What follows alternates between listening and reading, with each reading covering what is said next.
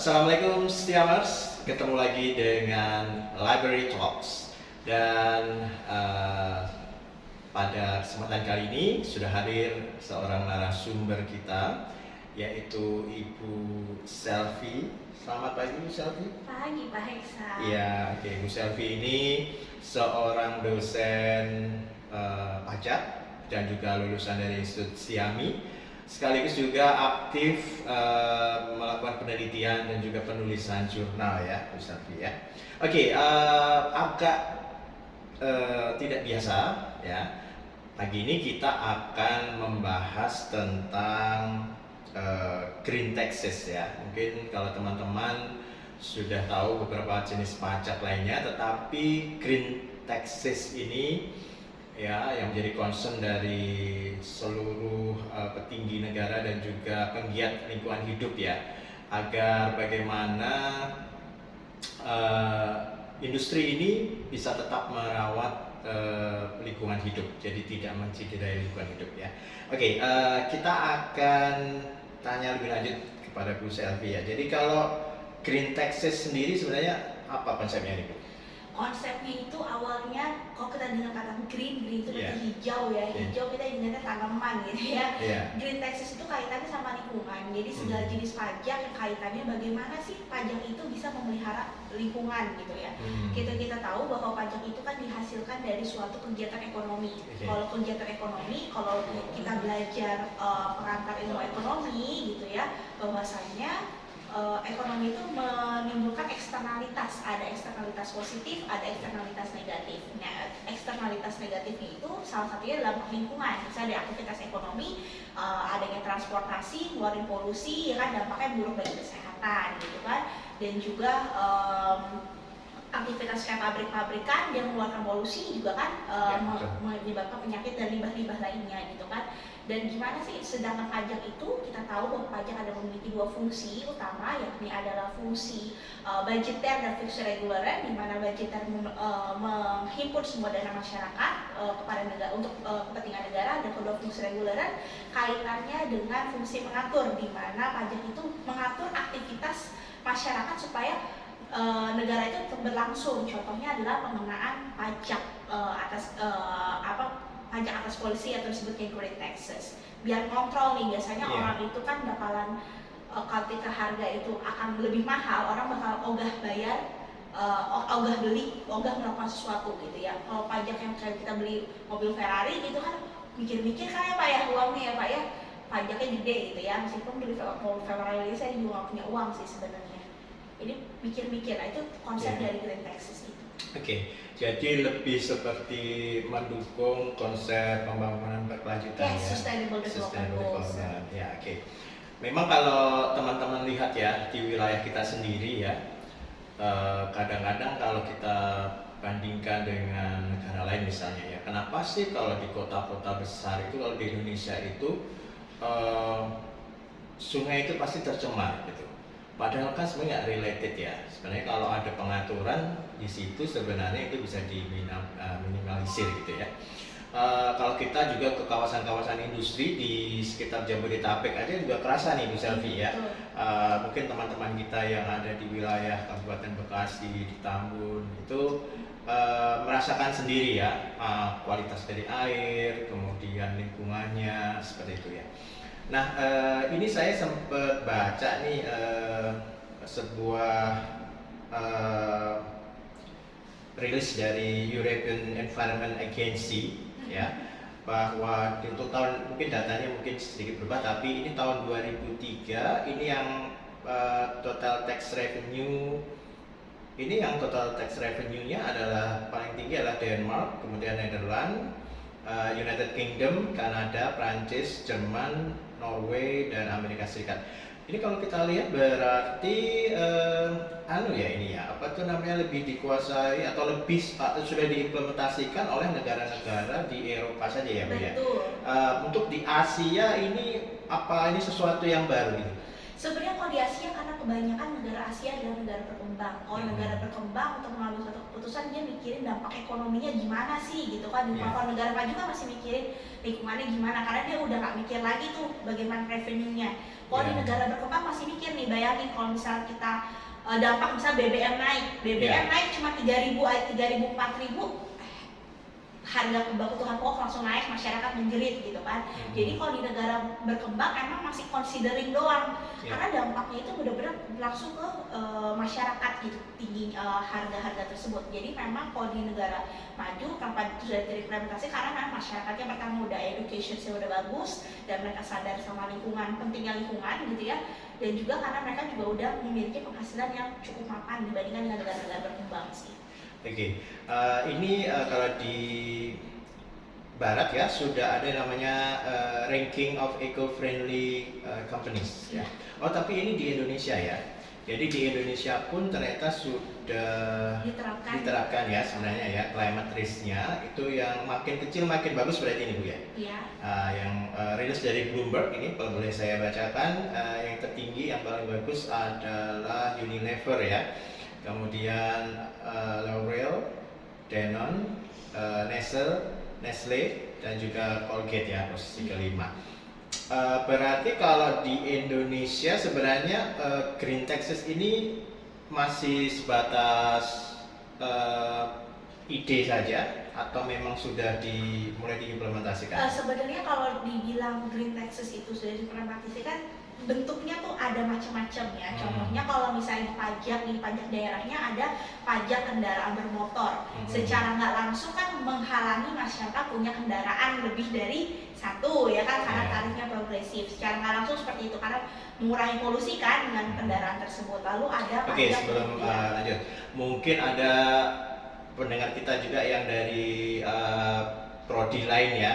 Progresif itu yang bagaimana? Misalnya, progresif itu adalah tarif pajak yang makin lama makin tinggi. Misalnya kalau di pajak penghasilan gitu, misalnya kalau penghasilan 60 juta tarifnya sampai 50 juta tarifnya 5%, sampai 250 juta tarifnya 15%, makin lama makin naik. Iya, artinya kalau tadi kendaraan berarti makin kendaraannya banyak, makin besar ya tarifnya seperti itu, sehingga mikir-mikir ya. Mikir-mikir. Oke, boleh dilanjut. Terus ada tadi ada pajak bahan bakar kendaraan bermotor, gitu orang jadi mikir-mikir juga dong, BBM makanya tinggi kan, karena ada pajak bahan kendaraan bermotor. Lalu juga ada pajak atas pajak air tanah dan air permukaan, itu secara langsung kan supaya kita menggunakan air bijaksana wise lah, karena ada pajak air tanah dan air permukaan gitu ya. Terus tapi gitu ya, tapi nih ada sedikit sebenarnya kayak paradoks ya. Di satu sisi pemerintah menaik pajak nih, secara langsung pemerintah maunya kan supaya masyarakat itu nggak mau dong beli kendaraan tersebut ya kan. Tapi anehnya targetnya pemerintah untuk penerimaan pajak makin lama makin tinggi. Pajak itu, pajak kendaraan bermotor makin lama makin tinggi. Berarti pemerintah mengharapkan orang bayar punya lebih dari satu kendaraan gitu. Sebenarnya itu sih. Jadi target di satu sisi targetnya makin tinggi, tapi mengharapkan juga lingkungan itu terjaga. Jadi agak-agak beda sih. Kalau tadi Bu Salvi mengatakan bahwa penerapannya masih sebatas yang nggak langsung gitu ya, kayak misalnya pajak kendaraan bermotor. Nah untuk yang misalnya perusahaan-perusahaan yang bergerak atau industri yang bergerak di Indonesia ya, saya mungkin nggak bisa menyebutkan namanya ya Bu Salvi ya, untuk pertimbangan etis, tapi ini banyak perusahaan-perusahaan yang di bidang oil and gas companies ya. Nah seperti ini bagaimana mereka itu kan ternyata menghasilkan toxic waters ya, yang berpotensi untuk menimbulkan polusi ya pada lingkungan sekitarnya. And they say that they should pay some cost sekian. Nah itu penghitungannya gimana tuh? Apakah sudah ada sebenarnya peraturannya, AMDAL itu ya, analisa dampak lingkungan, atau di Indonesia ini belum ada gitu? Belum sebenarnya. Belum sebenarnya. Jadi makanya di UU HPP itu seperti misalnya waste management fee gitu? Itu sebenarnya masih belum terimplementasi mengikat gitu ya. mengikat sih, Ya. Jadi sebenarnya mereka memang belum ada ini ya, kewajiban secara legal untuk membayar hasil atas ya, polusi yang telah ya. betul, iya. Makanya kan di UHPP dia makanya ada bab khusus tentang pajak karbon gitu ya, karena emang Indonesia mau nerapin itu tapi lagi masih dalam rancangan ya, belum diterapkan gitu loh. Karena emang dampaknya itu besar banget sih kalau kita nerapin green taxes ini gitu ya. Ya, kalau di negara lain mungkin kita bisa berkaca dari negara lain. Mungkin nanti Bu Selvi bisa menceritakan green taxes atau green business di various countries di negara-negara lain, Bu, yang mungkin nanti bisa mengilhami kita ya di Indonesia untuk menerapkan ini. Tapi sebelumnya kita lihat pariwara berikut ini.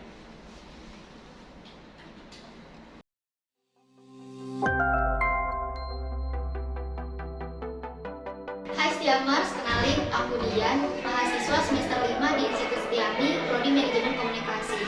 Kesan aku kuliah di Institut Setiami Tanjung Barat sangat luar biasa ya, mulai dari fasilitas kampus yang nyaman dan bersih. Selain itu, di sini juga terdapat dosen-dosen praktisi yang ahli di bidangnya.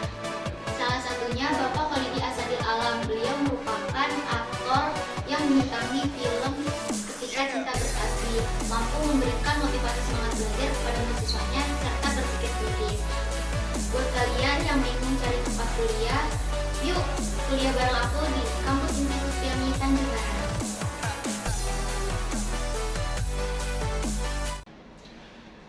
Oke, Setiamers, balik lagi ke Library Talks pagi hari ini bersama dengan Bu Selvi. Bu Selvi masih setia ya dengan Library Talks kita ya. Ya, kita masih ngobrol-ngobrol tentang green taxes ya. Kalau tadi kita sudah bicara banyak tentang pelaksanaannya atau konsepnya, baru konsepnya saja ya.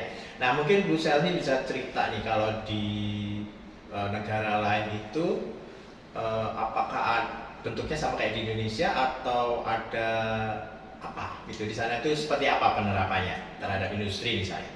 Kalau green taxes itu sebenarnya dia secara umum itu pertama pajak yang pertama ya, itu bisa pajak yang dikenakan atas energi yang dihasilkan. Contohnya kalau misalnya pajaknya dikenakan atas energi listrik, lalu itu listrik ya, itu seperti itu nanti akan dikenakan tuh pajaknya dari listrik itu. Kalau kita tuh pajak penerangan jalan gitu ya, itu karena alas listrik yang dihasilkan gitu. Terus juga bisa juga pajak itu dikenakan atas polusi yang dihasilkan. Jadi berapa ton karbon monoksida yang dihasilkan oleh pabrik tersebut, nah berapa ton itu nanti akan dikenakan pajak gitu ya. Lalu juga dikenakan juga atas transportasi. Jadi entah pajak kendaraan bermotornya gitu, atau biaya kendaraan bermotor tersebut akan dikenakan pajak gitu. Lalu juga atas lagi energi, lalu polusi, energi, polusi, lalu transportasi, dan juga sumber daya alam. Jadi ketika suatu pemanfaatan sumber daya alam tertentu maka akan dikenakan pajak. Contohnya kalau di kita tuh pajak air permukaan gitu ya, itu kan memanfaatkan air permukaan kita nih, itu akan dikenakan pajak. Kalau di negara lain juga seperti itu, ada pajak-pajak sebenarnya sama jenisnya. Cuman yang di Indonesia memang baru yang ada itu kayak energi, pajak di dalam bentuk dikenakan pajak atas energi ya, dan juga apa tuh namanya tadi sumber daya alamnya gitu ya. Ya, oke. Kalau mungkin ada data-data yang bisa ditampilkan Bu, kalau dengan penerapan ini sebenarnya efeknya apa kan? Mungkin dari satu sisi pelaku ekonomi itu akan merasa keberatan ya mungkin ya, karena they would have to pay something ya, an amount. Tapi in return untuk makroekonomi kita atau ini kita sebenarnya efeknya gimana? Oke, ada beberapa banyak ya, saya baca banyak jurnal, artikel jurnal itu dampaknya itu sangat makro banget ya. Pertama, ketika harga barang itu naik gitu kan, berarti biasanya permintaan akan turun gitu kan.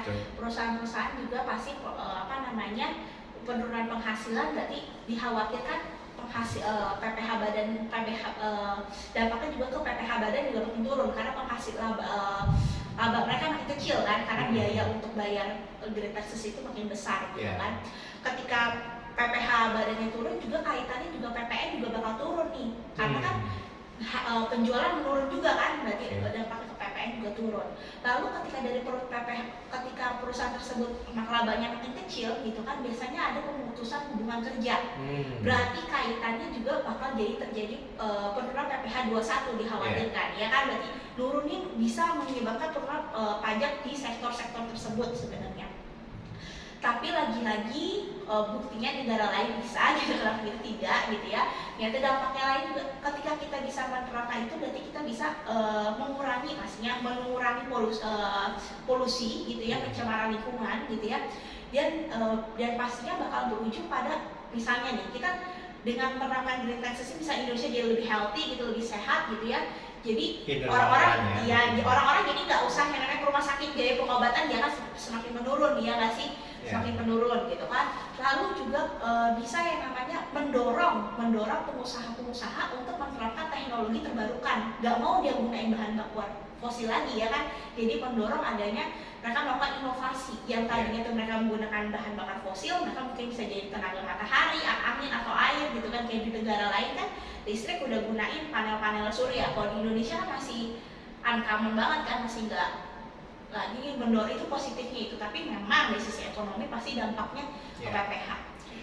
Oke, ini ada beberapa data yang mungkin boleh saya bacakan. Ini kalau di Netherlands dan Cyprus itu ada pajak green taxes ya, untuk berhasil mengurangi groundwater use ya, dan pemakaian air tanah ya, karena air tanah kan terbatas ya. Jadi dengan penerapan ini maka mungkin penggunaannya akan lebih efektif gitu ya, jadi nggak cor-coran gitu ya. Kemudian ini di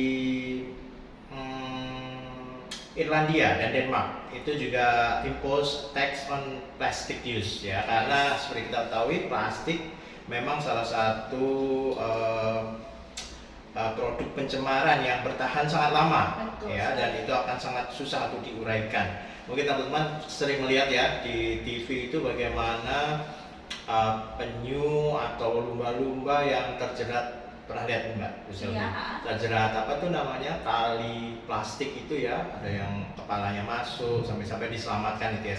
Ini ya mungkin memang plastik ini ya dua mata sisi ya, yang sangat memang kegunaannya ada, tapi terhadap lingkungan ini sangat riskan sebenarnya ya.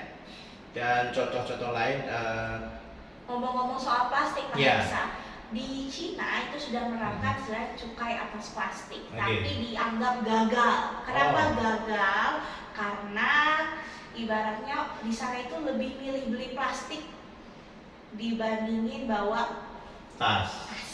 Ya, jadi ibaratnya, dan mereka mikir bodo amatan ya, kalau kayak balik kita ke pasar, meskipun pemerintah udah harus plastik berbayar, tapi kalau kita ke pasar kan tetap bayar plastik. Kalau tetap minta plastik tapi bayar pula gitu kan.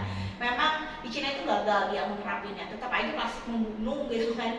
Jadi karena harus ada pengawasan dan konsistensi dari pemerintah itu sih. Iya, betul. Oke,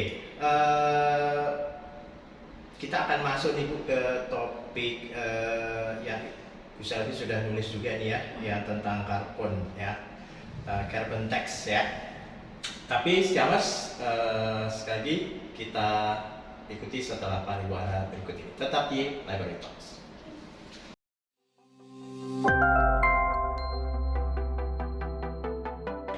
Hai Stiamers, kenalin, nama gue Fikri Fatur Rahman.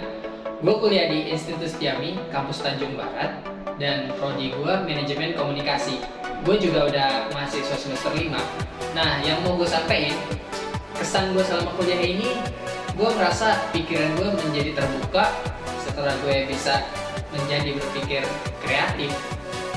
Nah, di Institut Setiami ini lokasinya tuh cukup strategis dan juga fasilitasnya cukup memadai. Salah satunya ada studio podcast. Nah, buat kalian nih yang belum tahu mau kuliah di mana, yuk kuliah di Institut Setiami bareng gue.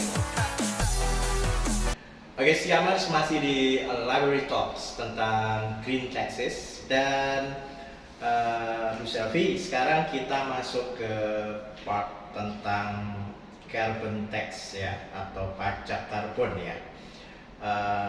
Secara simpel nih, pajak karbon ini apa Bu sebenarnya? Konsep ini mungkin bagian dari tadi ya, tapi mungkin bisa dijelaskan lebih detail lagi. Sama. Dia Oke. merupakan bagian dari green taxes gitu, Govia tax yang dikenakan atas eksternalitas negatif gitu ya, dikenakan sama terhadap energi, lalu terhadap bahan bakar yang dihasilkan, lalu juga transportasi gitu, sama gitu. Itu merupakan bagian dari green taxes itu sebenarnya ya. Oke, jadi tapi ini lebih khusus gitu ya, lebih khusus ke carbon dioxide ya. Karbon monoxide ya. Ya, seperti itu ya. Ini kalau penerapannya sebenarnya seperti apa Bu?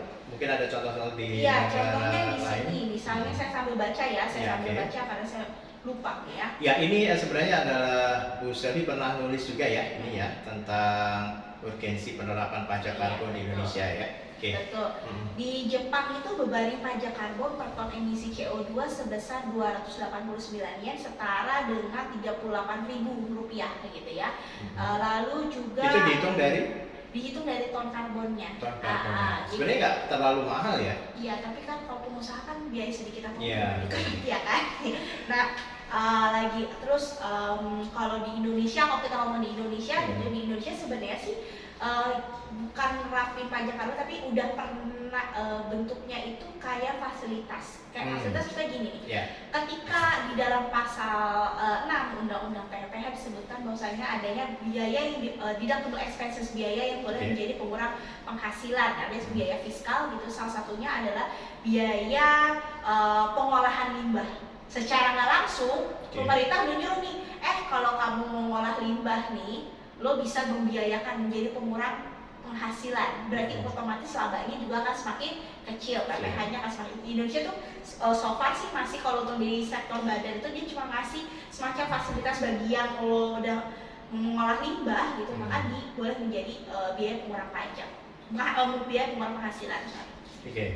Jadi sebenarnya kalau di Indonesia pajak karbon ini juga bentuknya sudah ada, tapi dalam bentuk-bentuk tertentu, nggak seperti yang Iya. dari di Jepang ya. Seperti itu. Betul, iya, di Indonesia pajak karbon lagi-lagi saya baru mau diimplementasikan di Oke. UHPP, tapi masih belum draft belum diimplementasikan, masih dalam proses draft. Lagi-lagi kan masih pertimbangin aspek makronya ya, makroekonomi. Oke. Indonesia kan kalau BBM naik sedikit injerit, ya kan? Ya kan? Iya, betul.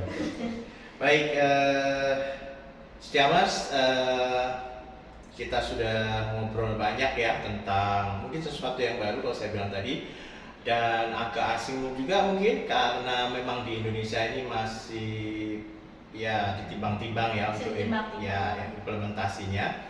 Mudah-mudahan ini sedikit menambah pengetahuan Setiamers semuanya tentang green taxes dan juga carbon taxes, sehingga menambah wawasan teman-teman semuanya, nggak hanya anak pajak aja ya. Ya, efeknya apa ya terhadap ini juga ekonomi makro kita dan sebagainya. Kalau misalnya nanti ada yang pengen nanya-nanya gitu ya, oke, nanti bisa dilihat ya di layar sini. Nanti akan kita sampaikan ke narasumber, nanti akan dijawab secara langsung, gitu ya. Baik, Bu Selvi, terima kasih karena sudah hadir pagi hari ini, dan kita tutup dengan sebuah quote ini. A winner is a dreamer who never gives up. Ini kata-kata dari Nelson Mandela.